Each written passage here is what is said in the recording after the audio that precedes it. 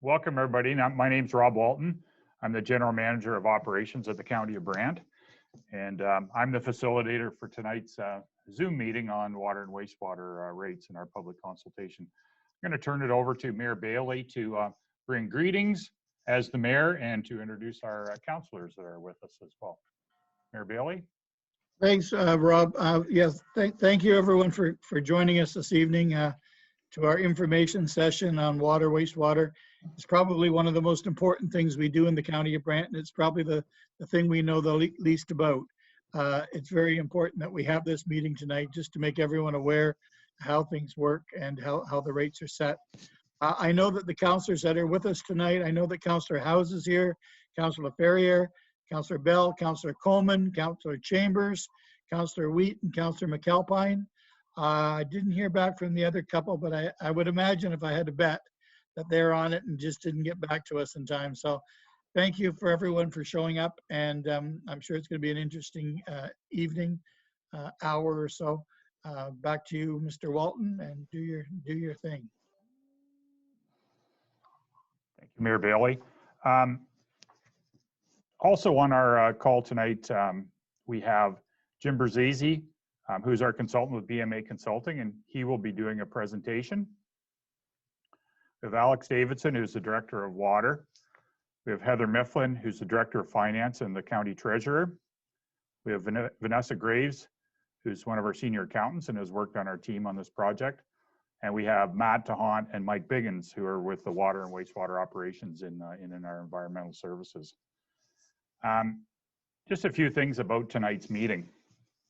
We're here to talk about what the water and wastewater rates will be and setting the bylaw for that. I think as staff, we've heard quite a bit over the last few years about what some of the residents don't like about what our water and wastewater rates are. We've taken that to heart, and have done some things to try and propose some change to that. And you'll hear about that in tonight's presentation from Jim. We are proposing a new rate structure to deal with some of the inequities that have been pointed out to us in the system, and to try and deal with some of them. We're also trying to propose that we pass rates for the next 4 years to have a consistency in what we do and planning. Really, in water, wastewater, it's a long-term planning thing, and you need to have stable revenue over the long term to make that work. There's been a few comments about how much is charged for water in Brant, and the profit that we take from that. What I want everybody to understand is that this system is like a co-op. All our water and wastewater rates are revenue that go into a pot, and it's used specifically for water and wastewater purposes. And out of that, when there's surpluses, we put them into the reserves. So there's no money going to do other things. It's all strictly for water and wastewater. And there's a lot of things that go into running the water and wastewater system as well. This is a system that's heavily regulated by the province through the Ministry of Environment, Conservation and Parks. At the February committee meeting next Tuesday, Operations and Admin Committee will be, Council will be receiving the annual and summary reports for the water systems, which talk about the regulation of them. Very important work that Council does in overseeing that to make sure things are going well. The Council also has to pass a financial plan every 6 years to look at what's going to happen with the system over the period of the time of licensing, which we have to do every 5 years. And that is then translated into yearly budgets which are passed. So how do the rates fit into that? Once all of those things are done, you know your operation costs, you know what you need to plan for the future, you know what you're doing each year. And the rates show how those total costs then are divided up amongst the consumers, which are you guys, which are part of what I called before the co-op. So very important work, and we're going to try and get through this presentation and answer some questions. Heather, can you share the screen with the meeting agenda, please?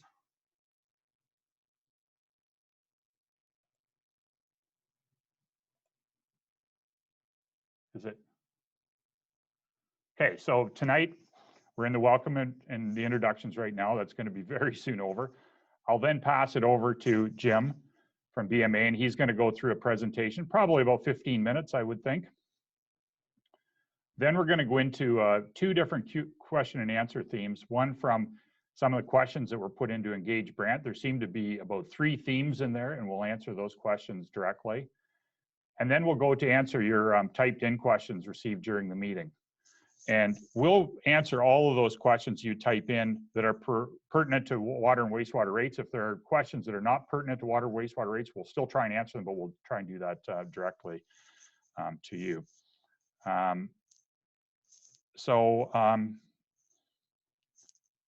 To use that function, though, you can ask questions anytime during the meeting through the Q&A function. We will answer some of those directly during the meeting, and some of them we'll bring to that session and answer them live. And then we'll have some closing remarks, and I'm anticipating that this meeting will last around an hour. We certainly will close it down when there's no more questions, though. So without further ado, I'm going to pass it over to Jim Brzezzi from BMA Consulting. Jim? Excuse me. Thanks, Rob.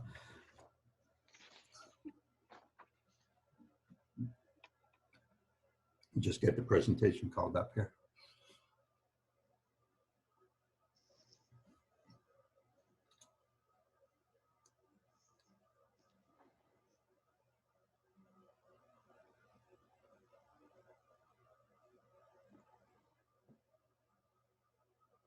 You have the presentation, Heather?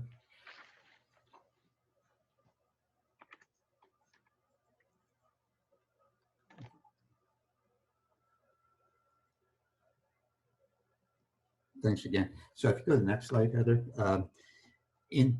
As Rob mentioned, in accordance with the Ontario regulations, there's a requirement to prepare long-range financial plans.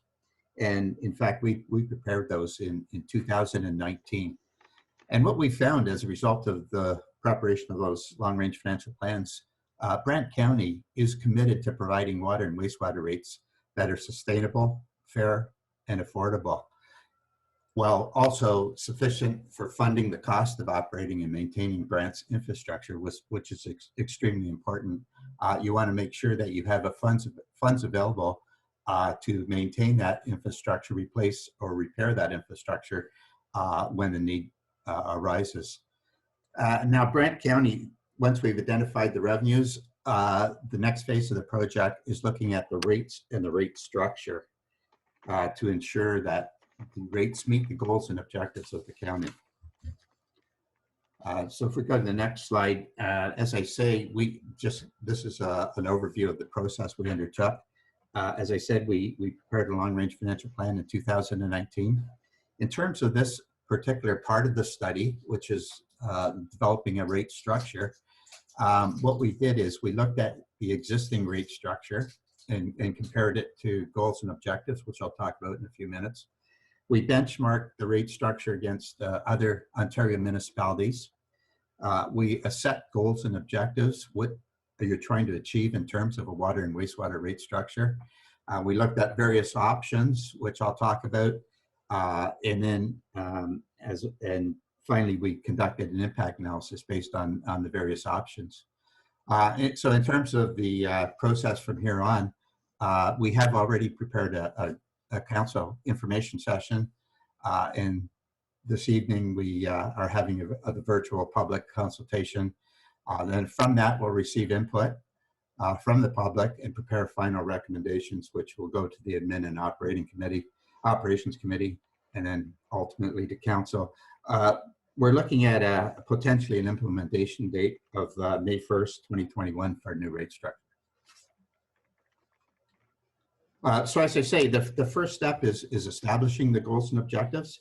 Across Ontario, there's no single rate setting approach or structure. Municipalities have different objectives, and the rate structure is devised to meet those goals, best meet those goals and objectives. In terms of the goals and objectives that we see for Brant County, these are the goals and objectives. We're looking at revenue stability. You want to make sure you have a stable source of revenues each year to fund the operations and replace capital. We want to make sure it's fair and equitable to all ratepayers. We want, as much as possible, to promote water conservation. We want to help ensure residential affordability. So we're looking at the impact analysis on the various options. We want to encourage economic development and have it transparent and simple to understand. So just by way of background information, as I say, we looked at the current rates and rate structure for water and wastewater. And you have county has currently a two-part rate structure, a uniform rate, which is based on water consumed. And that uniform rate is charged to all ratepayers on the same basis. And in the case of water, you can see on the chart here, it's $1.43 per cubic meter, and wastewater is $1.54 per cubic meter. Then there's another component. The other component on the two-part rate structure is a fixed rate. And the fixed rate is currently being charged in Brant County based on meter size. And in fact, that is a leading practice. And we recommend that the fixed rate continue to be charged to ratepayers based on meter size. So what we found too is the county's water and wastewater operations are extremely complex. In fact, you have 5 water service areas and 4 sewage collection systems. And so that has a bearing on the cost because it is a complex system. Other influences on cost are distance between customers. And in the case of the county, you have a large land area with relatively few customers to pay for the costs. The treatment plants, as I say, you have a large number of, fairly large number, considering the size of your municipality, of treatment plants. And the age of the infrastructure, an older infrastructure requires more transfer to the capital reserve to fund that replacement of the infrastructure. Supply and demand and provincial standards also have an influence on the costs. 80 to 90% of the system costs in water and wastewater are fixed. Water and wastewater is very capital intensive. So as a result of that, as I say, the majority of those costs that go into the water and wastewater operations are fixed. And therefore they don't vary greatly with the volumes of water that are consumed. So as the municipality grows, as growth occurs, there will be more customers to help fund the cost of the system. So hopefully in the future, as more customers come on stream, they'll be contributing to the system and it'll help all ratepayers.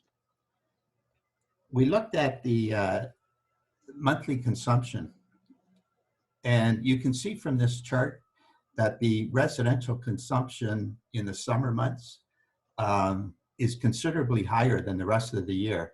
If you look at June, July, August, September, October, it's significant. July, August in particular are extremely high in comparison to the monthly average. So that shows that there are some conservation challenges. And currently you have a volumetric rate that's the same to all ratepayers. So there's really no incentive, a great incentive to conserve.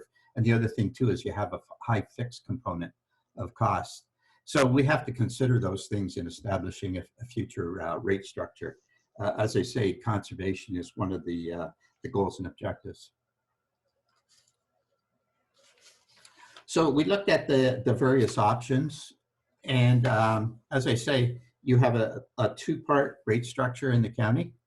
The first being a fixed monthly charge, and there's 2 ways of collecting money from the fixed. One is a flat charge, which is the same to all meters regardless of size. And as I said previously, the situation in the county is that you are charging water and wastewater based on meter size to collect those fixed charges, and that's a leading practice. And we recommend that continue. In fact, what we found too is 90% of Ontario municipalities have a 2-part rate structure.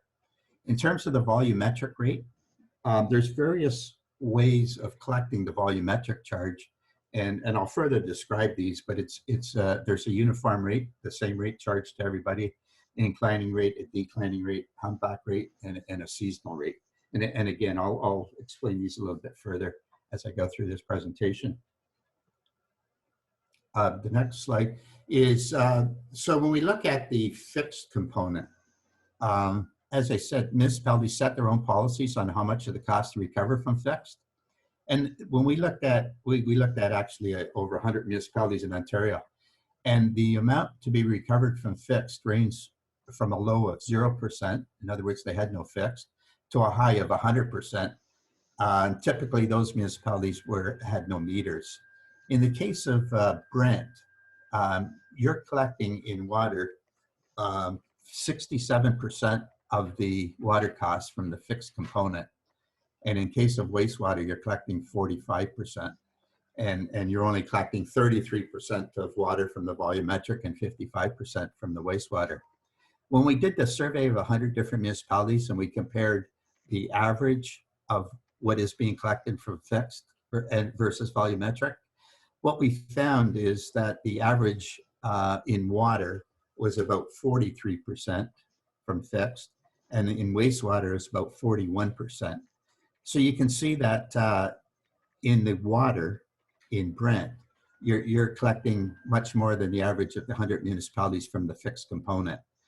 And in the wastewater, you are collecting more from the fixed, but not as dramatic. So this supports revenue stability because it does, the consumption is not a big component of what you're collecting.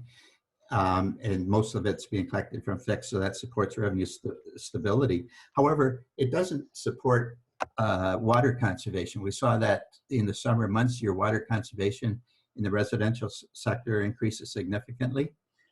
So there's no incentive currently in the rate structure to conserve. And then the other thing too, it affects residential affordability.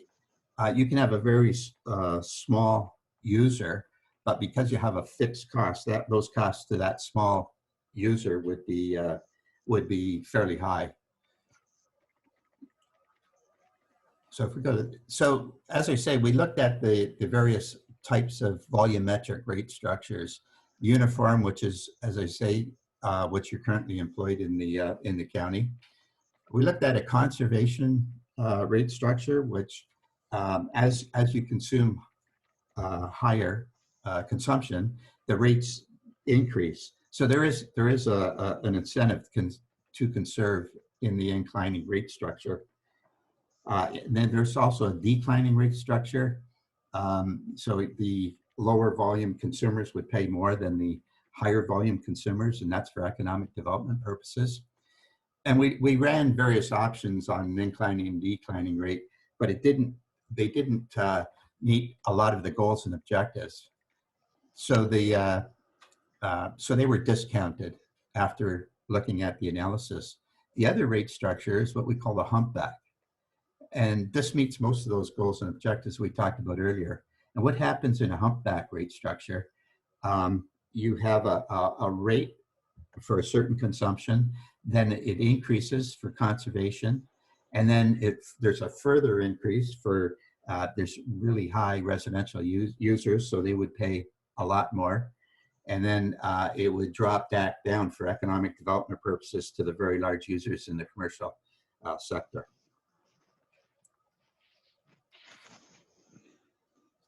So as I said before, your fixed charges is high in comparison to the average of Ontario municipalities. So we wanted to consider options to reduce the amount of costs that are recovered from fixed. And this, by doing that, that helps improve revenue, residential affordability. So those low volume users would have a savings because they wouldn't be paying as much on the fixed component. And then in terms of the volumetric rate structure, again, based on a review of the goals and objectives, we boiled it down to two options, one being the uniform rate structure, which is the current status quo, and then the Humpback rate structure, which I described earlier. And as I say, the Humpback supports a lot of the goals and objectives, but a little bit more complex, more difficult for consumers to understand. So next slide. Yeah, so we looked at the various options. And as I say, we boiled it down to two options, the one being the status quo and the other being the humpback. In terms of the status quo, that's exactly collecting the same amount in terms of the volumetric to all users. And then we would continue to collect 66% of the water cost from fixed and 45% from wastewater costs from fixed. So there's no change to the rate structure and the status quo. And then the humpback, which I described earlier, we looked at reducing the fixed monthly county charges. So by reducing the fixed, there's a shift obviously amongst the ratepayers. So you want to kind of smooth that shift. So we're looking at a gradual decrease in that fixed. And the current, as I say, the current fix is 66%. So we looked at in 2021, okay, let's reduce the amount we collect from fixed to 64%, and then a gradual reduction thereon to 2024 to 58%. And then the same thing for water, a gradual reduction in the fixed component. So this is the outcome of the analysis. When we look at the status quo, all of the customers would be increasing anywhere between 0 and 3% depending on the consumption. And that increase is caused by the 21 operating budget. But the current rate structure doesn't support conservation, as I talked about earlier, or residential affordability. So there's some issues regarding the current rate structure. So when we look at the next option, this is the humpback rate structure that I talked about earlier. So what we're suggesting here is that the tier 1 rates, so those very low volumes, up to 15 cubic meters, they would pay a lower rate. And then for tier 2, there would be a 10% increase in that base rate for consumptions between 15 and 45 cubic meters. And then there's some very high residential users, and those high residential users would pay a 15% rate increase for consumption between 45 and 100 cubic meters monthly. So you can see from this that conservation being a goal and objective, that the higher consumers in the residential sector would pay more. So there's an incentive to conserve. And then for economic development purposes, the tier 4 rate would go down to the base rate, in other words, the tier 1 rate.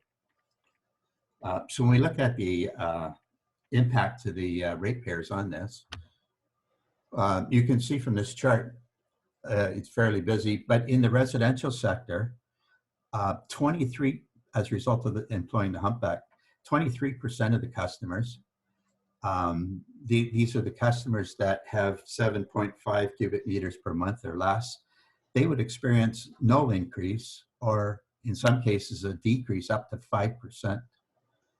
The next band, the customers between 7.5 cubic meters to 21 cubic meters per month, they would experience an increase anywhere between 0 and 3%.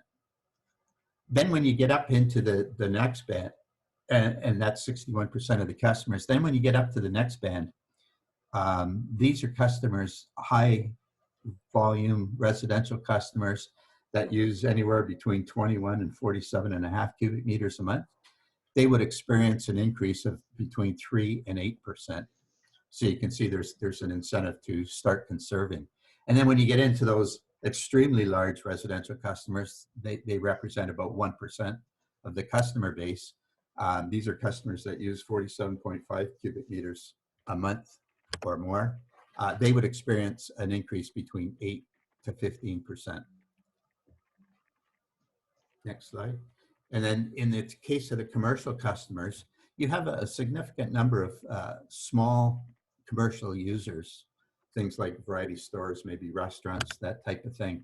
And there's 41% of those customers, they consume 7.5 cubic meters or less per month. they would experience a decrease as well of between 0 and 5%.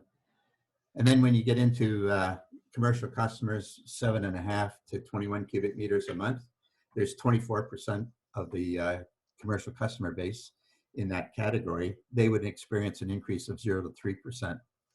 And then when you get into the larger consumers, the 1-inch meter using 34 to 225 cubic meters, there's 25% of the commercial customers in that category. They would experience an increase of 3 to 8%. And then when you get into the very large users, there's about 10% that consume over 225 cubic meters a month. They would experience an increase of 8 to 15%. So in terms of the summary and evaluation, again, when we look at the two options and compare it to the goals and objectives, both options meet revenue stability. Status quo probably a little bit more because you have such a high fixed component, but we're not reducing the fixed dramatically, so there's still revenue stability in the Humpback. Fairness and equity, status quo, it's fair and equitable, but I think in the Humpback rate structure, there's a little bit more equity entered into the equation because some of these large residential customers that are consuming a lot of water each month are paying a little bit extra.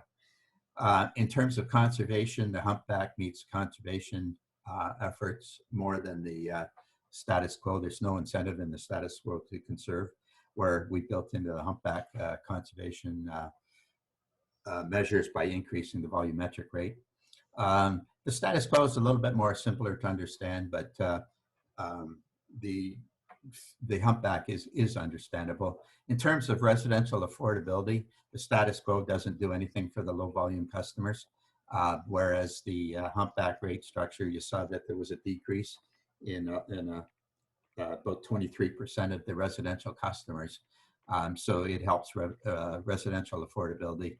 And in terms of economic development, both rate structures are fairly good for economic development purposes. So that brings us to the recommendations. And in terms of the recommendations, what we're recommending is reduce that fixed monthly allocation over a 4-year period. And that would equate to a 2% reduction annually in the the amount of money that you're collecting from the fixed in water, and a 1% reduction in wastewater annually over the 4-year period. Where we're recommending that Humpback rate structure, it more meets the goals and objectives better than the status quo. We're also recommending, I didn't talk about this, but we're recommending also a residential seasonal rate. So you have some very large residential customers that use over 45 cubic meters a month. And for the summer months, for water only, we're recommending a 30% premium. So again, another measure for conservation, and that's for the months of May to September. And then we're also recommending that the new rate structure, if approved, be implemented effective May 1st. So that's the end of the presentation, Rob.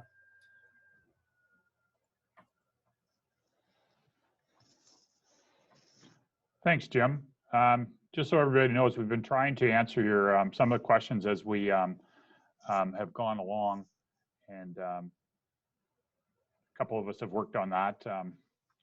Keep firing those questions in. I see we've got 4 open Q&As right now, so we'll maybe try and save them for the ones are answering during the meeting. So next, we're going to go to a couple of themes from Engage Brant, and there's 3 things that I'm going to talk about a little bit now. And the one is affordability. I think Jim talked about this a little, but we're going to talk a little bit about 2 slides that I put up here. Heather, can you flip to the next slide? So there's been quite a bit of talk about what the rates are in Brant, and there's been quite a few comments on Engage Brant to use numbers like 25 and 30% higher than other municipalities. And certainly, if you look at all municipalities, you can find municipalities where our rates would be that much higher. But this slide actually shows information that BMA did provide to us and compares the rates around different municipalities, some close, some, but all of them in Ontario. That would show, and I don't think you can just quite see that. I don't know if you can scroll that up at all, Heather, or not, but I believe that on the average of all those, we actually are 18% higher than the average, but there certainly are rates there that are higher than us, and there are certainly rates that are lower. When you look at the ones that are much lower, they're all much bigger municipalities that have, you know, dense distribution systems. So they've got a denser population, so they're basically cities, and probably one water treatment plant. We have disparate systems, and we have in some of those several well supplies, which mean you've got the maintenance on all those wells, you've got all the different pump houses, and we don't have systems which have great density with them. So we would expect to be at the higher amount of the rates, but certainly not. There certainly was there was a couple of people that talked about rates from Wellington, and there's one example in here from Wellington, Center Wellington, and their residential rates per year based on their current bylaw would be $1,298, and ours can't just quite flip up to there, but ours is about 14. So ours are just slightly higher than theirs. I don't know where this other person would have lived before, but they didn't get into that. So there is comparison there. Yeah, there we are, 1433. So that's a little different, but not quite that extreme. Can you flip to the next slide then? And this one is just talks. Jim had talked about this as well, and it's the different way of looking at the fixed rates. And we have admitted that the fixed rate here is high, and we're working on a rate structure to reduce that, and then give people the choice of, you have no choice in paying the fixed rate, but you do have a choice in the amount of water that you use in some ways, and can look to conservation then to try and save money. So yes, we are at the high end of this. We aren't the highest necessarily, but we certainly are at the high end of the fixed rate, and we're proposing a rate structure that would lower that. Another theme that came out was whether or not the development was impacting our rates. And in the province of Ontario, there's a legislation, Development Charges Act, which dictates how costs for development are to be considered by the municipality. To collect development charges, you have to pass a bylaw to collect them. You have to do a background study which details your projects and then talks about what part of those projects are development related. And there's rules about how you can do that. And we do have a development charge bylaw here. We went through the process.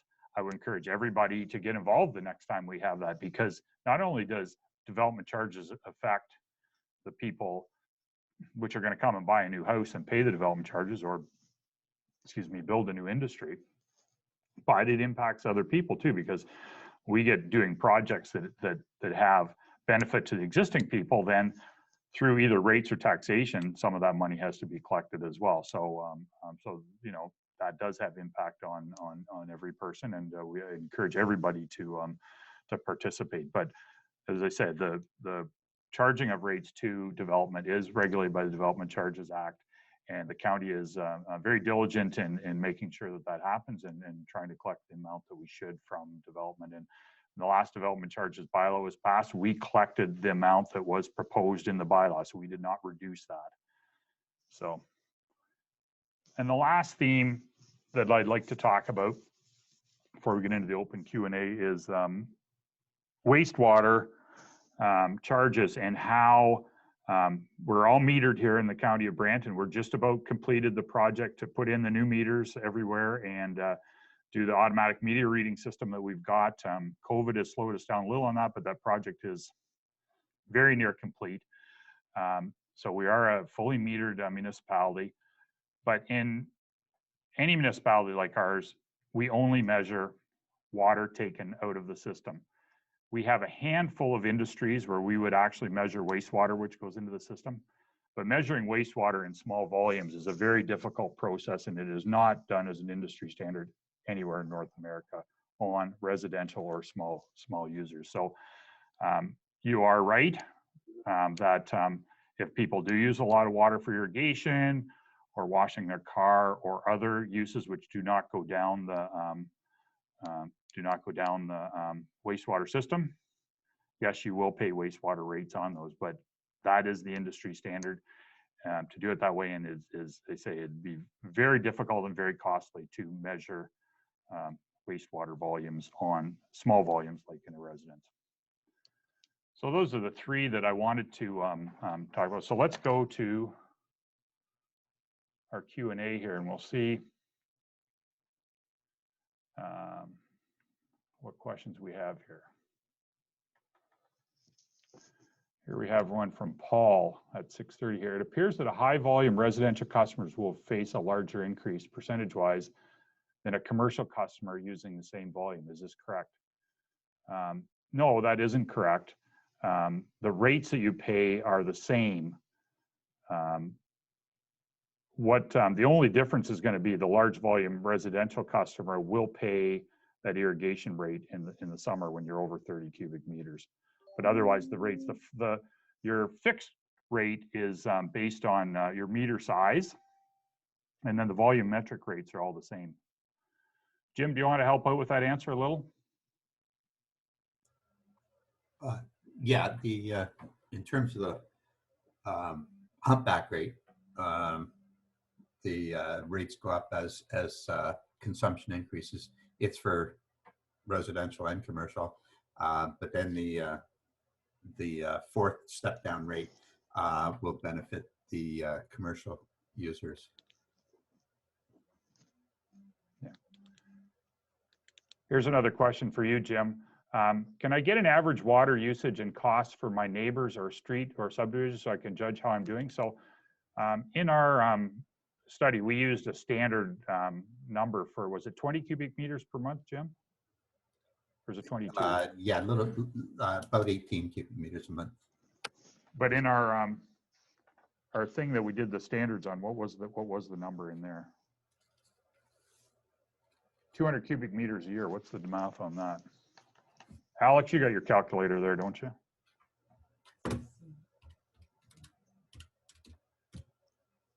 About 17 cubic meters a month. 17 cubic meters a month.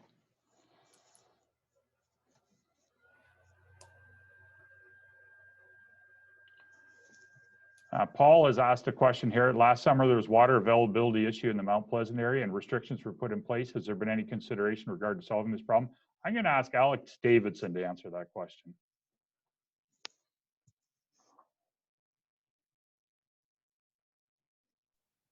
So there has been. Right now, as a matter of fact, just yesterday, we had a meeting on how we were going to up our efforts towards water conservation. The challenge last summer was all seasonal water use. When we hit that dry spell, consumption just spiked right up, and it reached the capacity of the system. And that's why we had the issue of the water ban, because the longer the dry spell went, the more people watered. Fortunately, I believe in response to that, the water ban was actually a good thing, or always looking for a silver lining in a cloud, and that people realized that when they did quit watering and when the rains came back in the fall, their lawn came back and as healthy as it was when they quit watering. So even though the watering ban created a challenge, some people didn't like it, I think that went a long ways towards education and people learning for themselves that you don't always need to keep your lawn watered and green through a dry spell. The lawns are very resistant and resilient, and they respond according to nature, and it makes sense that they would, because they are part of nature. Thanks, Alex. There's a question here from Dave, and I'm going to ask Mike Biggin to answer this question. So Mike, you get ready and unmute yourself there, but I'll read it out here. Remind people to check their meters to see if their little red dial spins if they believe they're overcharged. So Mike, maybe you can tell us what people can do themselves to keep an eye on their flows by looking at their meter, and what happens when we get an issue where people don't think that their meter is right or that their bills aren't right. Are you there, Mike? Yeah. So the water meters, are they can only give they can only count when water is going through the meter. They don't count when there's no water going through the meter. It's impossible for them to do that. So that's the first thing. The second thing would be the little red dial on your meter that Dave is talking about. So what it does is it counts the smaller volume going through the meter. So if you go down, if you have all your taps shut off in your house and you go in your basement and you look at the meter, there's a larger dial that you probably won't see move. And then there's a small little dial, probably about 1 centimeter long. And if you see it spinning, or a triangle, and you see it spinning, that means that there's still water going through. So again, the best thing to do would be to check your toilets to see if they're leaking, you know, outside taps, inside taps to see if they're dripping, that kind of thing.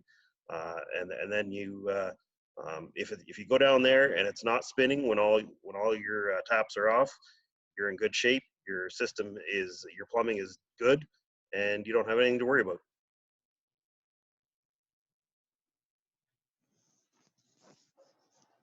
Thanks, Mike. Here's another question. Is there a plan for a water tower in Mount Pleasant? The answer to that is no. Actually, in Mount Pleasant, the customers we currently have in the Tootla Heights area, eventually in the next probably 5+ years will be transferred over and served by the Brantford system, which will cut that system, a substantial number of residents off of that system. So that we'll have quite a bit of capacity back in that system when that happens. Here's another question. Are there any combined sewers in the County of Brant? I'm going to pass that one over to Matt DeHont. Matt DeHont is in charge of wastewater. Matt, I'll let you answer that question, please.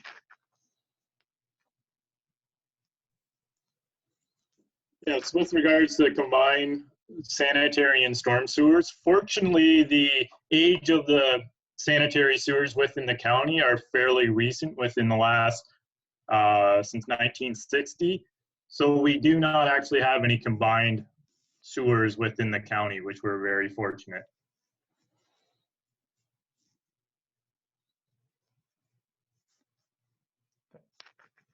Thanks, Matt.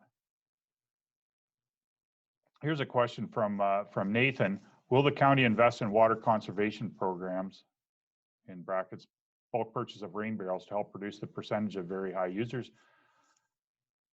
Will residents receive water conservation literature from the county with their water and electric bill? I'm going to let Heather Mifflin, would you like to answer that question?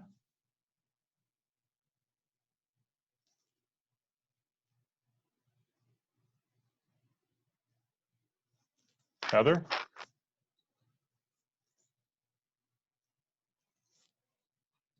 Rob, I can take that one if Heather can't get on. Alex can go ahead. Okay, sorry. Yeah, Heather was just stone. So the county does have a rain barrel program. They're available. You can get them by contacting the county office, and they're available for sale at a discounted rate. In terms of literature in the for water conservation, that is part of what we're discussing. I referenced when I spoke earlier, the main part of water conservation is education and outreach, so that the consumers are educated and can make informed choices. So yes, there will be an education component to our water conservation program. Whether that includes mail-outs in the water bill may or may not be true, because there's only so many spots in the water bill that we get an opportunity to put flyers in without incurring additional costs. But certainly the communication program about it will be broad, so that everybody's got an opportunity to see it. Heather, do you have anything to answer that? It did come up on here that you wanted to answer that question live, so I'm going to give you your chance. Sorry, no, that is the perfect answer. No, I didn't have anything to add. Thank you. But did you say that you were going to answer that question? No, I think I must have just hovered over the button. Ah, okay. I hope everybody has a little bit of patience with us here. We have done a couple of these Zoom meetings, but we learn a little bit more about them every time. So Paul has asked another question here regarding the water quality availability question. I don't believe the question was answered. Is there provision to increase the amount of water available? Paul, I'll answer that question directly. There is no plan to increase the amount of water in Mount Pleasant. If you look at the amount we use per month there, the amount that was used for irrigation last year in the drought was really the problem. Once we cut that back, there was no supply issues at all. And when you couple that with the fact that in 5 plus or minus years that a great number of those customers are going to be going over to Brantford, there's no need to increase the amount of water in Mount Pleasant. Secondly, if we went to the Ministry of the Environment to ask for a greater water taking permit and increase the system to provide more water in Mount Pleasant, they probably wouldn't grant us that solely for that reason of providing increased irrigation. They would encourage us to put in a program of conservation. Alex, do you want to add anything to that? No, I think that's spot on.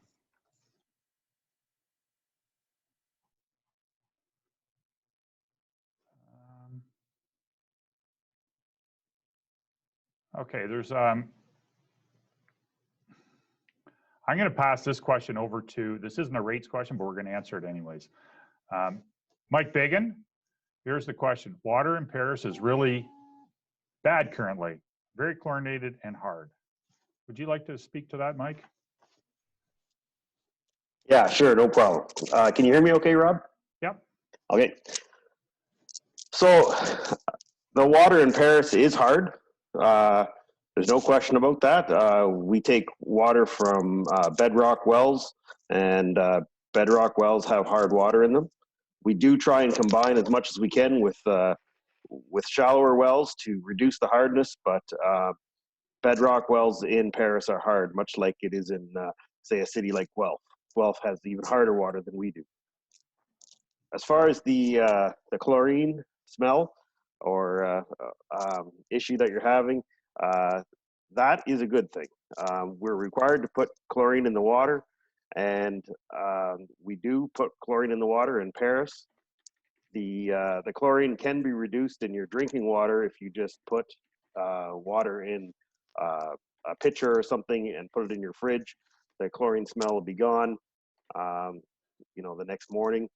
But you know, the chlorine smell is a good thing. That's why we don't have problems or quality issues with our water in Paris, because we do chlorinate. So yeah, that's about the best answer we can give for that. And yeah, we do apologize about the hardness, but again, it's just it's those wells are hard, and that's all there is to it. Thanks, Mike. Certainly, yes, there is hard groundwater here. Anybody that wants to can, hardness is something that's relative with a softener is relatively easy to treat. You do have that option on your own. It would be very difficult on the scale of municipal system to treat hardness at the level that we have it. The cost would be substantial. I do have a comment on here from Councillor Bell, and he wanted me to remind viewers that they can see the answers to the questions that we have given while the presentation was ongoing. Quite a number of these, we typed in the answers as it was ongoing. So I'll just share that with you. You should be able to go in there and see what the answers to all of the questions are that have been typed out. And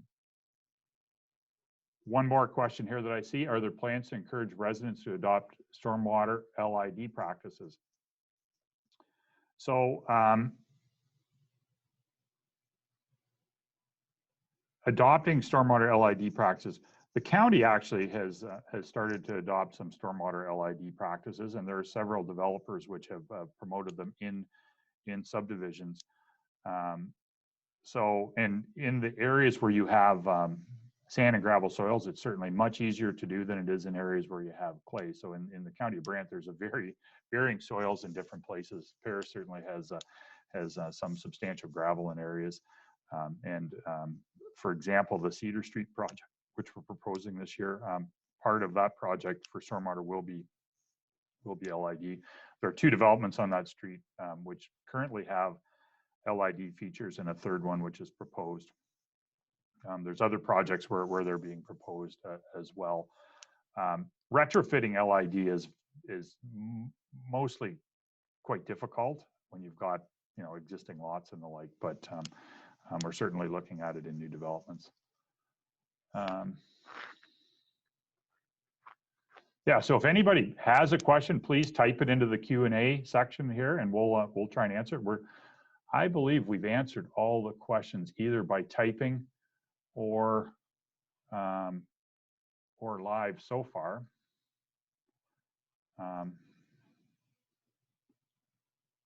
Okay, here we got a couple more here. From Anonymous.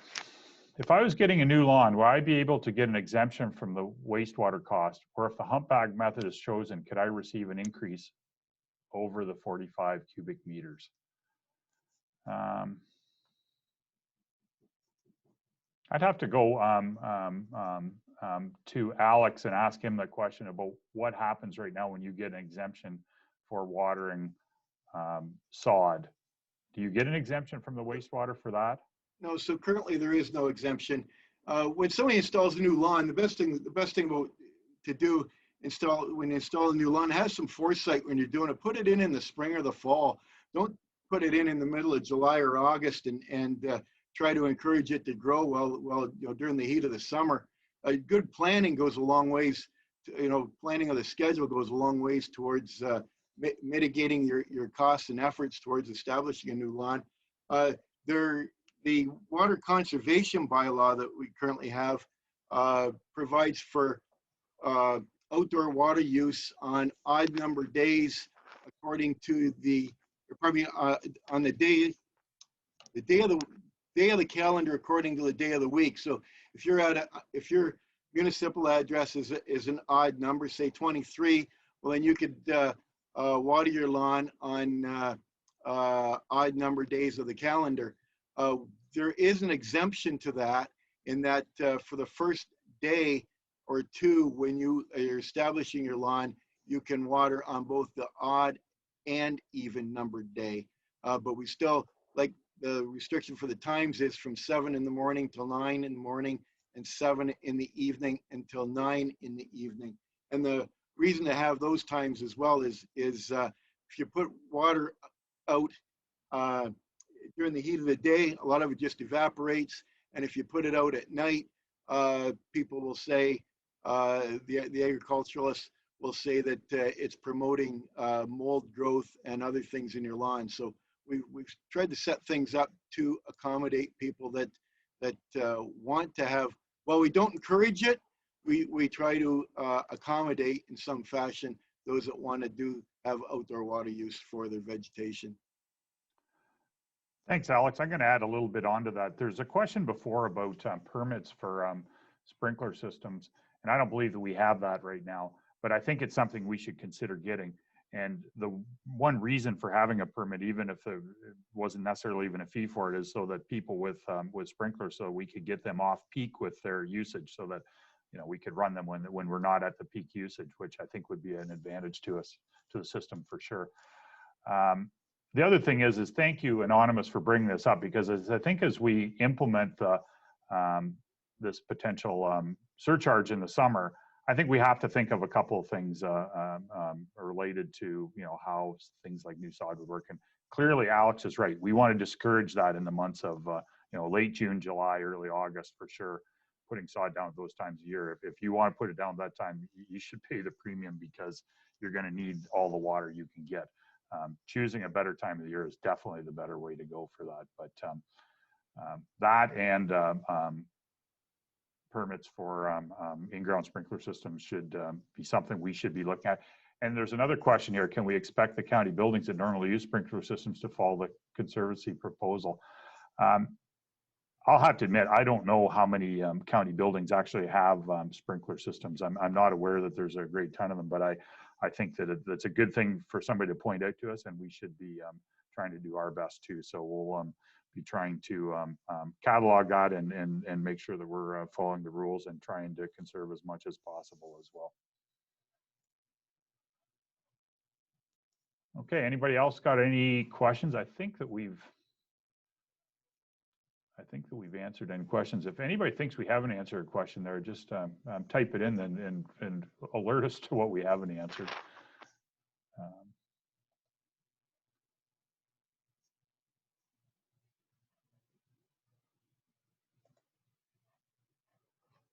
Okay.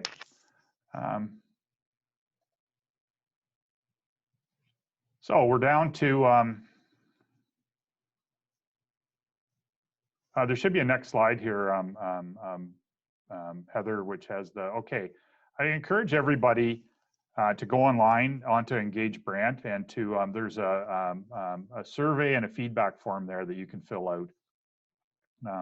As I said, we've sort of aggregately answered a few of the questions that were in the Engage Brant already, but we'll be trying to do our best to answer most of those questions, I believe. There's 14 or 15 questions on there already. And there's a survey there, there's a feedback form.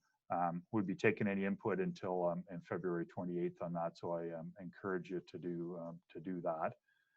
I look at my Q&A here. I think there's another question here. Okay, which we will answer. Do you intend to add the conservation premium on top of high volume residential users? So Jim and Alex, jump in here if I get this wrong. So what it's proposed is that for residential users over 30 cubic meters a month, there will be a 30% premium put on any volume over that, is how we propose to do that. Is that right, Jim? That's correct. And it's only on the water component. Yes, and only on the water component, that's right.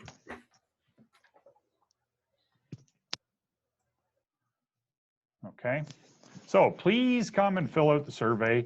Oh, there's another question.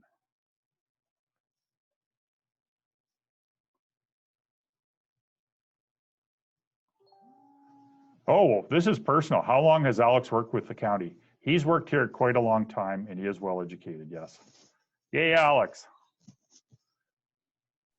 Alex came to the county shortly after the Walkerton water disaster, when the county was updating their water systems, and kudos to Alex for working through that time and getting the systems in the great shape that they are.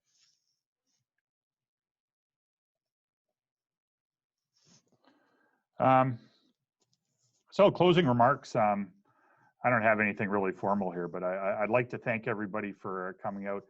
Vanessa, maybe I can ask you, how many people did we have online?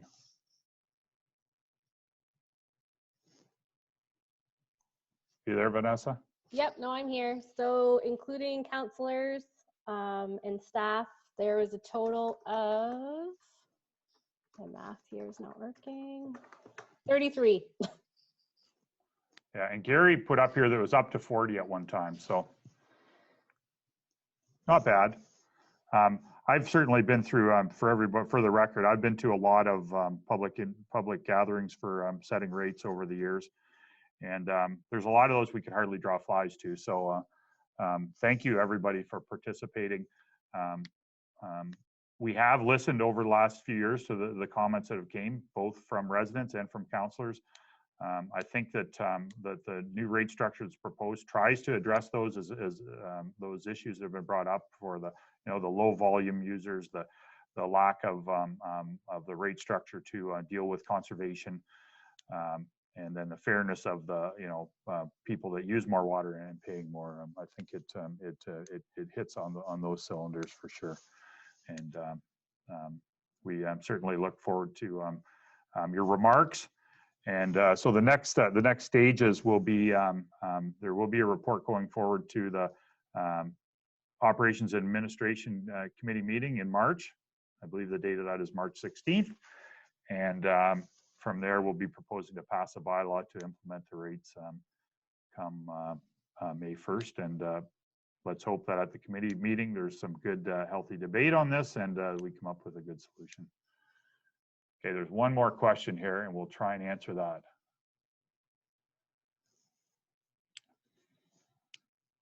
So how will you get this initiative out to the community to encourage the survey being completed? How will customers become aware of this water wastewater proposal and the bill message? I'm going to pass that over to Heather. Heather, just list the ways that we have gone out to the public so far. Okay. So it has been communicated out, or the survey is on Engage Brant, and we have posted it in the Expositor and the St. George Lance. So it has gone out in print for those that don't do social media. And then it also has been announced through Facebook and Twitter. I'm not sure if, I think that's the only social medias, but I'm not sure. And Alex, was there to be something to be in the water wastewater bills? It's difficult for us to always catch the times at which it's available for us to advertise in those. Is that not correct? That's correct. But so it hasn't. It was not in the water and wastewater bills.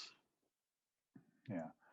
What everybody's got to remember on that is that we share we're only a participant on the water wastewater bills. Energy Plus is doing their electrical bills on that as well, so we don't control everything that has to go on those, and we are granted space on them occasionally, but and we can do stuffers, but we've chosen these other forms to get it out there. Please, anybody that's out there, yeah, pass this on to your neighbors and suggest that they fill it out. We're glad to communicate. Yeah, Councilor Ferrier pointed out here is that Engage Brant is also promoted on the billboards that we have around as well. I'm going to put one last call out there to everybody for any questions.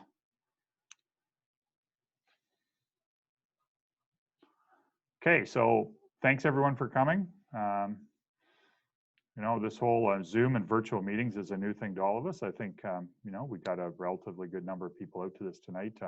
You know, it's too bad we didn't have hundreds, but it would be hard for us to answer all the questions if we did have hundreds. So, okay. Mayor Bailey, do you want to say anything at the end of the meeting? No, I don't. Oh, am I there? Yep. No, I just thank everyone for doing what they do.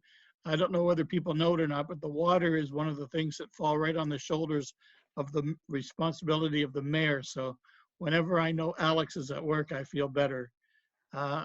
We have a great bunch of we have a great staff in the water department, and for that I'm very grateful. It's a very complex business, water, and until you've toured the facilities and saw how complicated things are, and you don't appreciate everything that goes into having water like we do in the County of Brant. So thank you all for what you do. Thank you for coming out tonight, and I think it was a good information session. Thanks, Mayor Bailey. And I'll just remind everybody out there, this actually is video recorded and will be on Engage Brant. The presentations, there's quite a bit of information on there, the financial plans on there. There's other information on there. And you know, spread that around to your friends, neighbors, enemies, anybody, and get the word out there. We're glad to communicate with anybody, and I thank you very much. And with that, we'll close the meeting out.